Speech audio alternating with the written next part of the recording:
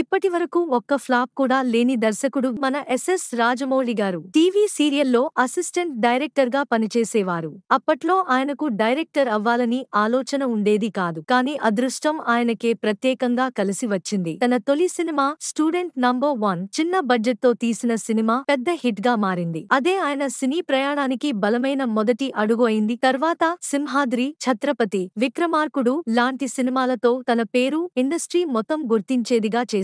అసలు శకం మార్చిన సినిమా ఈగ. అందరూ చూసిన దాన్ని చూపకుండా ఎవరూ ఊహించని స్టోరీతో ప్రేక్షకులను ఆశ్చర్యపరిచాడు. కానీ నిజమైన ఇతిహాసం బాహుబలితో రాశారు. తెలుగు సినిమాను గడ్డపై నుంచి ప్రపంచానికి తీసుకెళ్లిన చిత్రం. ఆర్ఆర్ఆర్ లో నాటు నాటు పాటకి ఆస్కార్ రావడం ఆయన కలల ఎత్తును మరలా ప్రపంచానికి చూపింది. ఇప్పుడు దేశం కాదు, అంతా ప్రపంచం గర్వంతో రాజమౌళిని చూస్తోంది. రాజమౌళి కథ ఎలా ఉండాలో కాదు, ఎలా అనిపించాలో చూపించే విజనరీగా గుర్తింపు పొందారు.